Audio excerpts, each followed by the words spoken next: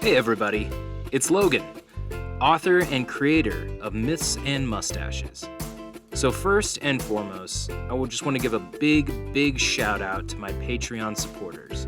And that's Michelle, Olivia, Victor, Jugi, and Ben. Your guys' support and proceeds help tremendously with making my videos, and honestly, I couldn't have done it without you guys. So thank you. And also special thanks to Hubba Bob.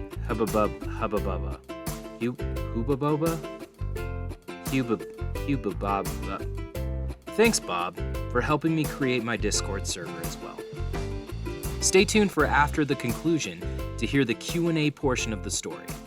And thanks again for listening. But before we dive in, here's a word from our sponsor. Well, howdy, y'all. It's your old pal Billy Bob here at Billy Bob's Barnacle Buffin' Bonanza Barn. Up until recently, we were the #1 barnacle removing company in the Bahamas for 37 years. Until we became #2 due to a failed ad campaign involving an unnamed party who slanderously and maliciously attacked my business and character, and even made remarks about my bodily disabilities involving my amputated arms. But y'all know me. That gang ain't gonna get old Billy Bob down.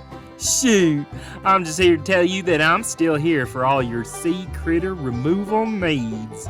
Got them jellyfish jamming up your jib? How about rockfish rammed in your rudder? Squid ink stains on your stern? Do you have seagull feces everywhere? Or how about just good old barnacles? Well, don't you worry, y'all. Billy Bob will be down there in a jiffy to make that galleon glimmer like gold. Because when you go with Billy Bob, you don't just get good work. You get bar nickel-saving prices.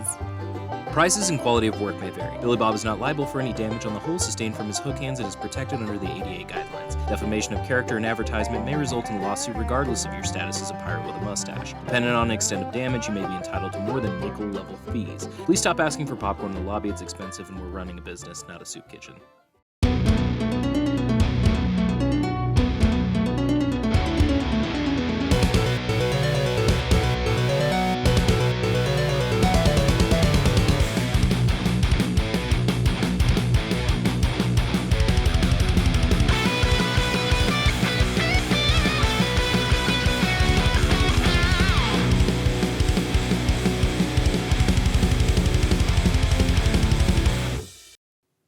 Chapter 10 Epilogue. #The sexy conclusion. And that's how I escaped from Portugal, and I came here with Captain Eric, explained Reneliana, summing up her impressive and heartwarming backstory. Rick wiped tears from his eyes. Oh my gosh, it's just, I had no idea you'd been through so much. And the way you held your head high, even after the invaders came and murdered your uncle, who basically raised you. And with his dying breath, he gave you the map. It's absolutely beautiful. Quite the page turner. You really are amazing, Reneliana. I can't believe you were a champion pole vaulter.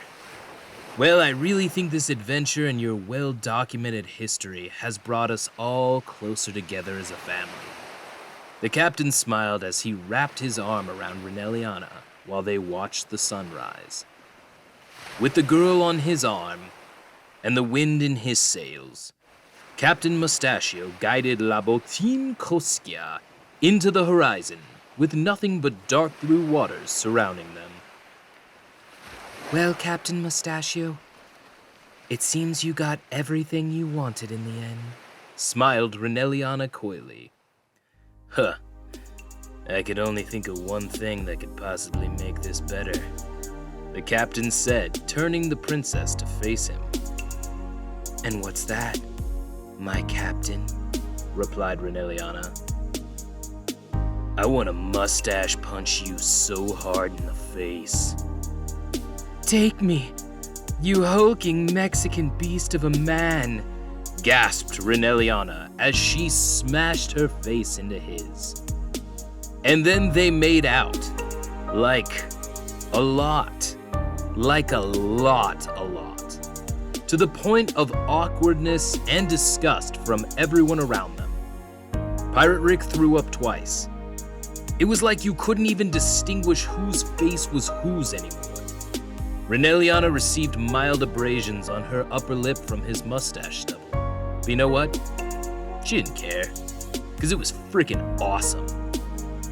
They sailed into the sunrise, happily ever after, with nothing but heaven on the horizon. The end. Or is it?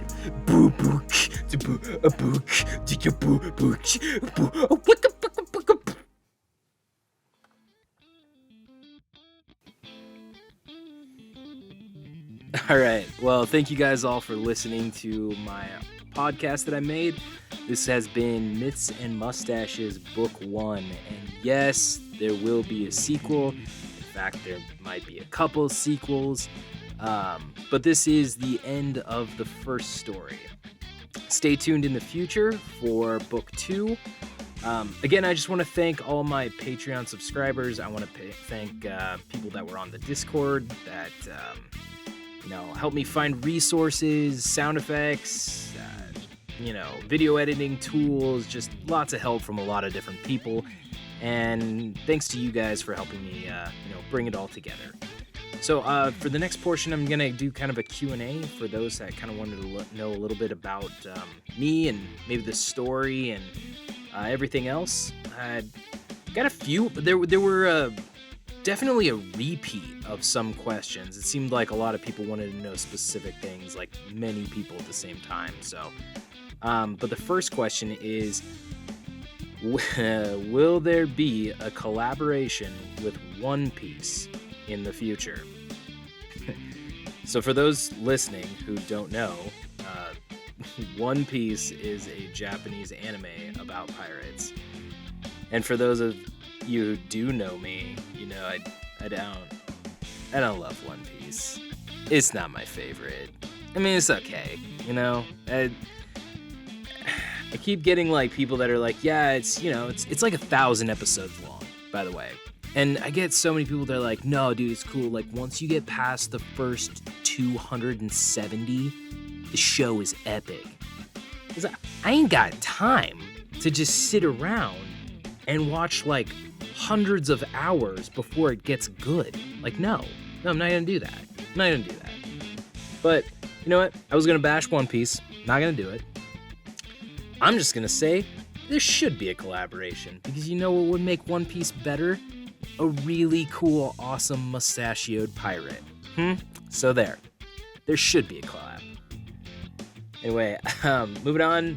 Question number 2. Oh my gosh. Are you sure you're not a closet One Piece fan with how much you like pirates?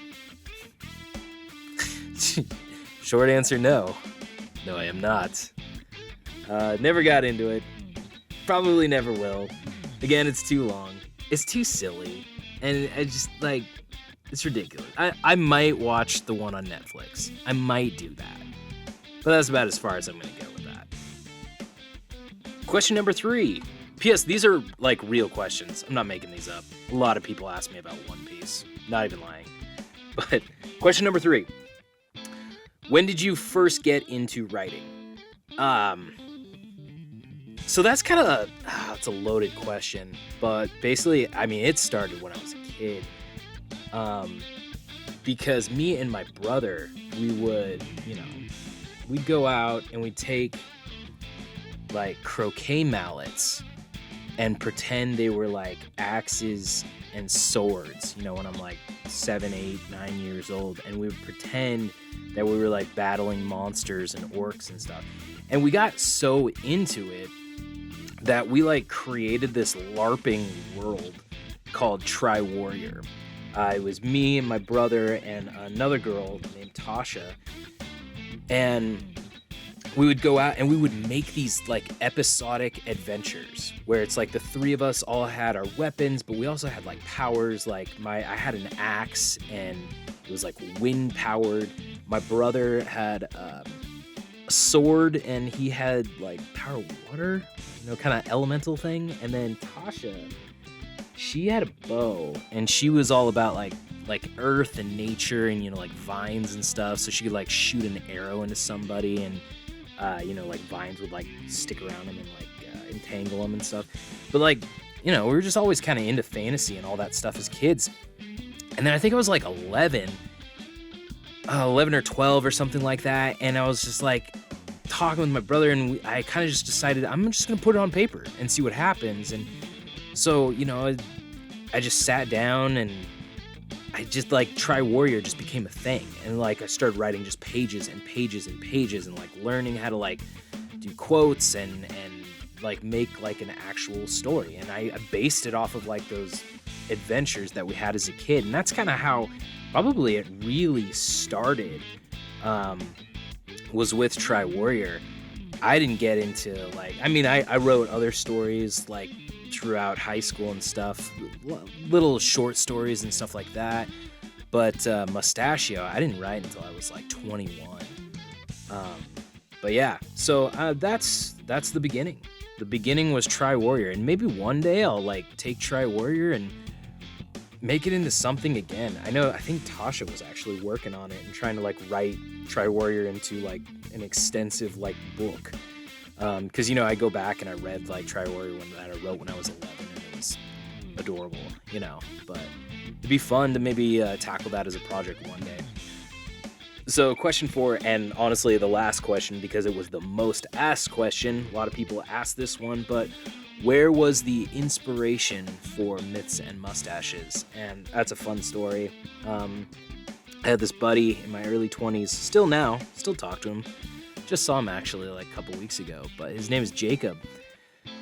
And I hope he's listening because he'll get to hear this. But so Jacob liked this girl.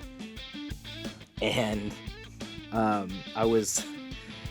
if you know Jacob, he's a little awkward with talking to girls, or at least he was back in the day. And so it was funny. He would get like so nervous and so freaked out about hanging out with her like all the time. And like me and him talked about it because we were gym buddies and we worked out together and hung out. And but Jacob's niece, her name was Kayla. She asked me, she's like, why don't you write like a story like about their love story, their beginning? And I'm like, oh, that's fun. Yeah, why not? And so I turned Jacob into Captain Mustachio. And, I turned the girl that he liked into Reneliana. And just the fun, cool part of all of it is they're now married with kids, have a business, made a life together. And so it makes the story that much more fun and epic because these characters are based on people that I actually know, and they actually got together, and they got together in the book as well. So, but that's where, and then I'm just obsessed with pirates because pirates are dope. How can you not like pirates? Pirates are super cool. You got eye patches and swords and stuff. They plunder. They're like Vikings, but better, Anyway, that's Myths and Mustaches. Stay tuned for book 2. I've got a lot of work to do. I'm about 12 chapters into it, and a lot more to write, a lot more to record, but it's gonna be like a lot longer, a lot more in depth, a lot more ridiculous voices, and definitely some new cool characters and just a good story. So if you like this one, stay tuned. Patreon subscribers will get early access to book 2. And for the rest of you chumps, you're going to have to stick around on YouTube or Spotify or Podbean or wherever else I'm going to put this story to hear it later. And huge shout out to Max Faith. He's the dude that wrote the awesome metal pirate intro. And the music that you're currently listening to right now in the background. So check out his stuff at maxfaith.bandcamp.com. He is super, super talented, did a great job. So thank you guys for listening, and just stay tuned for more Myths and Mustaches. Sound effects for this chapter were provided by Music for Video, David Gwynn Jones, Noise Creations, and Zapsplat. All of these creators and their content can be found at www.zapsplat.com.